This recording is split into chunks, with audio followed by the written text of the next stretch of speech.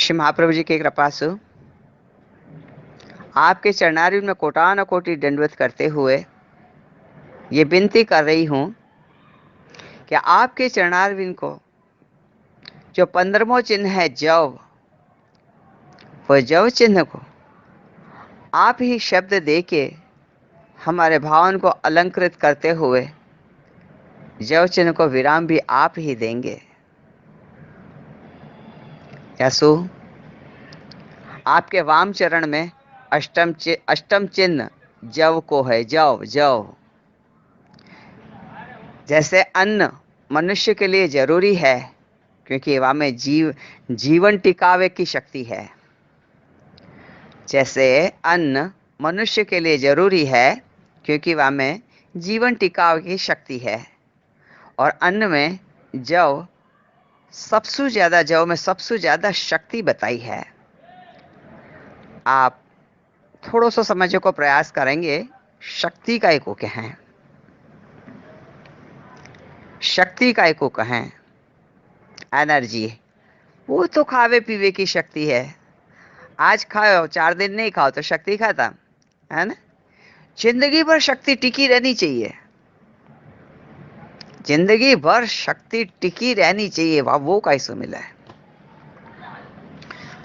भगवत भाव सु आपको जो भाव है, भगवत भाव है, वो ही जव चिन्ह है, वो ही जव चिन्ह है। तो भाव सु क्या होवे? अपने भगवत भाव सु जिंदगी तो क्या, अपन यहलोक और परलोक एक साथ साध लें। भूतल पे बैठे बैठे पूरे लीला लोक को आनंद लेते रहें। या को विस्तार तो मैं आगे करूंगी ही, तदपि शुरू कर रहे हैं अपन। जैसे अन्न मनुष्य के लिए जरूरी है क्योंकि हमें जीवन टिकावे की शक्ति है। अन्न में जव सबसे ज्यादा शक्तिशाली जव में बताया है। ऐसे ही श्री वल्लभ प्रभु ने अपने चरणारविंद में जव चिन्ह धारण करके पुष्टि प्रवाह मर्यादा में जो लीला है वहाँ के सामर्थ्य को प्रकट करने के लिए आपने जव चिन्ह धारण कियो। नहीं कि वो पदार्थ वाइज है ना, वो पदार्थ वाइज धारण नहीं कियो, अके तत्व वाइज को धारण कियो। हम वो जव है, वो एक अन्न को राजा बतायो है कि जो जव चिन्ह जो है वो धान्य को राजा बतायो। धान्य यानी ये अनाज, धन यानी लक्ष्मी, मगर ये धान्य को राजा जव बतायो है। तो आपने क्या करो है कि जैसे अपन लोग हमारे यहाँ पहले कहते थे बड़े लोग कि भौतिक में खरो धन तो धान्य है। खरो धन तो अनाज है, धान्य, धान्य को मतलब अनाज है। जिनके घर में धान्य भरे भरे हों, कोठार के कोठार, अपन कैसे 12 महीना को नहीं गेहूं चावल दाल मसाला इत्यादि भरें। कई लोग तो तेल भी भर लें, पर वो रखने की जगह होनी चाहिए। रखने की जगह नहीं, तेल भरे जाए नहीं तो तथे तसली लेती। लेकिन हाँ, अब हमारे गुजरात में तो क्या जगह बहुत होवे, बम्बई में भले जगह थोड़ी हो तो अपन थोड़ो थोड़ो ही लावे अनुरूप जैसी जगह और जैसी व्यवस्था हो वैसे। मगर हम हमारे गुजरात में तो 12 महीना को गेहूं, 12 महीना की दाल, मतलब तुअर की दाल, और कोई दाल नहीं। और वहाँ पे तो मोई भाई मिला है, यहाँ पे तो बिना मोई मिला मुंबई में तो, लेकिन वो तेल चढ़ी पई हो ना ऐसे। तो 12 महीना की दाल, 12 महीना के चावल और 12 महीना को गेहूं भर लिए जाएं, 12 महीना के मसालाएं भर लिए जाएं, हल्दी मिर्ची और धनिया। और कई लोग तो ऐसे भी हैं कि जीरा भी 12 महीना को भर लें और सेक सिका के, और वो मतलब वो बिगड़े नहीं।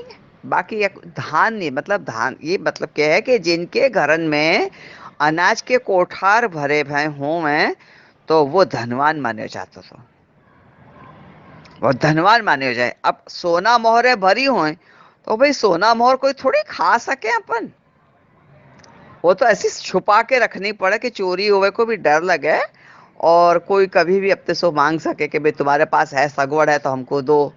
और संबंध इनको दे तो वापस तो आना ही नहीं है। मतलब ये तो अलग लौकिक बात हो जा रही है, हमको ये नहीं लेना है।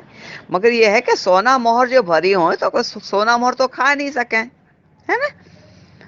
तो जव जव सु जीवाय, मतलब जव जो है वो अन्न है, पशु जीवन मिले, क्योंकि अन्न में शक्ति रही भई है। और अनाज को राजा यानी धान्य को राजा जव है, जव है। तो कहवे को तात्पर्य यह है कि हम क्या ना कि सोना मोहर तो अपन खा नहीं सकेंगे, खा नहीं सकेंगे। और वो कहा हो कि अनाज अपने पास होवे तो खावे में भी आवे, और कोई को अपन अगर लोगन को दे भी तो अपने नाम अपने आबरू बंधावे। अपना नाम भी हो कि नहीं ये बहुत ही अनाज को दान करें और बहुत देते रहें, तो अपना नाम भी हो वही हो, है ना। तो यह ना आबरू अपनी बंधाती जाए।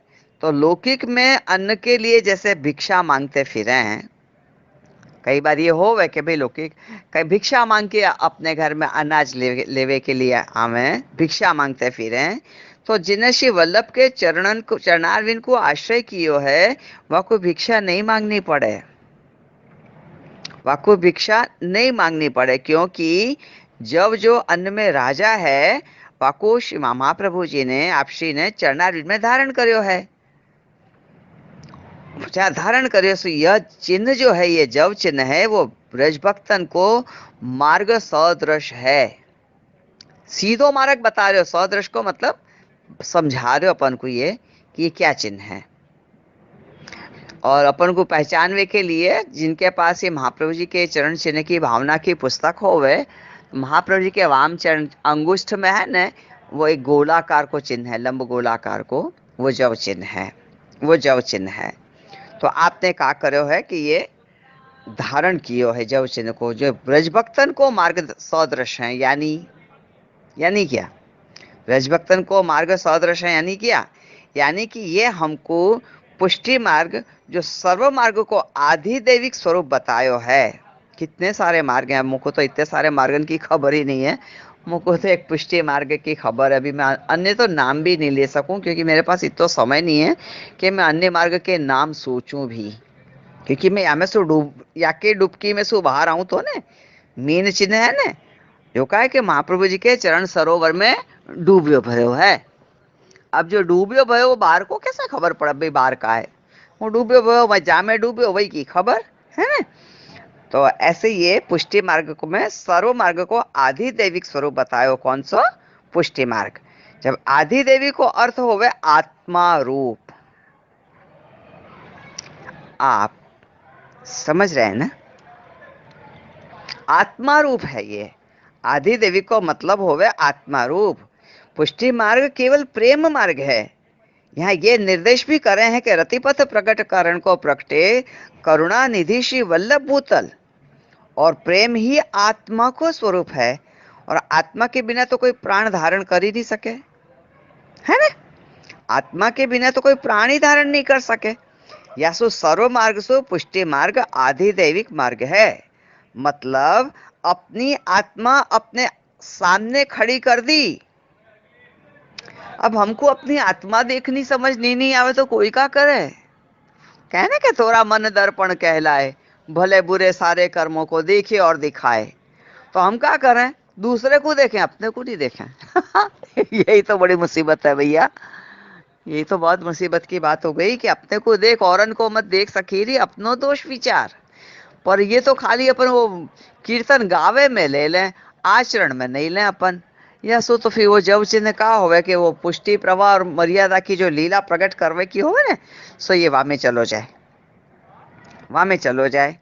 तो यानी मतलब ये कि इनने पुष्टि मार्ग ने अपनी आत्मा को अपने सामने खड़ी कर दी है। सो अद्भुत पुष्टि मार्ग है। सो कैसे खड़ी कर दी, चलो अपन या को भी समझे भाई, है ना। हम या को भी समझे कि एको हम बहुश्याम, एको हम बहुश्याम, आप पहले एक हते, अब बहुत रूप सु क्रीड़ा करवे की इच्छा भई। ध्यान रखनो, शब्दन पे ध्यान दो। एको हम बहुश्याम, एको मतलब यह है कि पहले आप एक हते, अब बहुत रूप स्वरूप क्रीड़ा करवे की इच्छा भई। प्रभु की इच्छा के बिना तो कछु होवे ही नहीं ने। प्रभु की इच्छा के बिना तो कछु नहीं होवे। और जब कछु नहीं होवे तो कछु नहीं होवे तो कछु नहीं हो तो कहा हो भैया प्राण निकल जाए, उन्होंने होते ही रहना चाहिए, कछु ना कछु होते ही रहना चाहिए। अपने घर में कई बार मैं कहूँ ने कि सब आनंद विनोद सु रहो ने, तो के कोई को आनंद लेनो नहीं आवे तो, विनोद करनो नहीं आवे तो, अरे नहीं हो नहीं कैसा आवे तो कुछ छेड़ो, छेड़ो तो कछु प्रकट होवे ना, हम छेड़े ही नहीं है, बैठे ठंडे ठंडे। अब हमारे भाव हमको नहीं आ रहे हैं तो ठंडे ठंडे बैठे हैं, को मतलब क्या? ऐसे थोड़ी चले। यासु प्रभु ने कहा करी, इच्छा करी। अब इच्छा रूप स्वरूप कौन है? इच्छा शक्ति तो स्वामी जी हैं। अब स्वामिनी जी ने जब ये इच्छा करी है कि एको हम बहुश्याम, यानी उनको अनेक रूप से क्रीड़ा करवे की इच्छा भई, तो आप बहुत रूप से क्रीड़ा करवे लगे। अब वो कैसे पता चलेगी, कैसे? ये बात को ध्यान रखियो कि हम जव चिन्ह पे समझ रहे हैं। श्री महाप्रभु जी के वाम चरण में 15वां चिन्ह जव है ना। अब ये जव के सारे रूप खड़े होंगे कि कौन भांति सो ये जव जो राजा है, ये कौन भांति सो ये राज करे, है ना। तो इनको बहुत सारे मतलब क्रीड़ा करने की इच्छा भई है, तो आप कैसे पता चले? तो वहां पे ये बतायो कि रतिपथ प्रकट करण को प्रगटे करुणा निधि श्री वल्लभ भूतल, वल्लभ भूतल, है ना। तो और स्नेह जो है वो आत्मा को रूप है। अब ये रतिपथ प्रकट ऐसे ही थोड़ी हो जाए। प्रभु उनको क्रीड़ा करनी है, वो अपने संग क्रीड़ा करनी है, तो अब कौन भांति सो क्रीड़ा करेंगे वो आगे अपन समझेंगे, है ना। क्योंकि रतिपथ प्रगट करण को प्रगटे करुणा निधि श्री वल्लभ भूतल। वैसे मुझको आखो कीर्तन नहीं आवे, ये एक पंक्ति में समझियो, बाकी आगे को कीर्तन जाको आतो है ना वो समझ लीजिए। मुझको नहीं आवे सो मैं कबूल कर रही हूँ, है ना। तो यहाँ पे कहा है कि स्नेह जो है वो आत्मा को रूप है, और आत्मा के बिना तो देह धारण होवे नहीं। सो पुष्टि मार्ग जो है वो आदि देविक मार्ग है। जैसे श्री वल्लभ प्रभु ने धान्य को राजा जव, धान्य यानी अनाज, मैं बार बार नहीं बोलूंगी, मैं यही शब्द बोलूंगी धान्य, क्योंकि महाप्रभु जी के चरण चिन्ह की भावना में अनाज नहीं लिखियो भयो है, वहां धान्य ही लिखियो भयो है। तो धान्य है वो अलंकृत है, यानी विवेक वाली भाषा है। या सो मैं धान्य ही बोलूंगी। अब जब भी मैं धान्य बोलूं, जिनको समझ नहीं पड़े तो समझिए कि ये अनाज के बारे में कह रहे हैं, ठीक है। क्योंकि कई हैं ऐसे जो धान्य धान्य बार बार करें तो वो धान्य के बजाय धन्य धन्य हो जाए, तो गड़बड़ हो जाए। धन्य अलग चीज है और धान्य अलग चीज है ना। तो जरा सावधानी पूर्वक मन लगा के सुनवे और समझवे को प्रयास करें, ठीक है। हाँ, ऐसे तो हम आगे चल रहे हैं। तो क्या आपने श्री वल्लभ प्रभु ने कहा करे हो कि धान्य जो राजा जब है वाकु चरणार्थ में धारण करके धान्य जो जीवन में पोषण है वाकु अधीन कर लियो। अपन जो शक्ति है ना, पोषण को मतलब शक्ति, अपन अन्न खावे तो शक्ति होवे ना, अनाज नहीं खावे तो शक्तिहीन हो जाए। तो प्रभु श्री वल्लभ प्रभु ने कहा करो कि जव चिन्ह को धारण करके, यानी जो धान्य को राजा है वाको अपने चरणारिंद में धारण करके जो जीवन में पोषण दे है वाको अधीन कर लियो, वाको अधीन कर लियो है। अधीन कर लियो मतलब ये कि पुष्टि प्रवाह और मर्यादा में जो लीला है वाके सामर्थ्य को प्रकट करने के हेतु राजा को वश में कर लियो, राजा को वश में कर लियो। अब राजा को वश में करें वो कौन हो? मैं महाराजादी राजी हो ना, हैं महाराजादी राजी तो हो। तो श्री वल्लभ प्रभु हैं, तो उन्हें कहा करो है कि धान्य के राजा जव को अपने अधीन कर लियो। अब ये खेलवे की इच्छा कौन को भई है? इच्छा, इच्छा, इच्छा मतलब स्वामिनी जी। अभी स्वामिनी जी खेल रहे हैं। श्री महाप्रभु जी तो मूल रूप से तो स्वामिनी जी हैं लीला में, है ना। तो इनको खेलवे की इच्छा भई है। अब खेलवे में इन्हें कहा करो है कि पुष्टि प्रवाह और मर्यादा के जो लीला है वाके सामर्थ्य को प्रकट करवे के हेतु राजा को वश में कर लियो।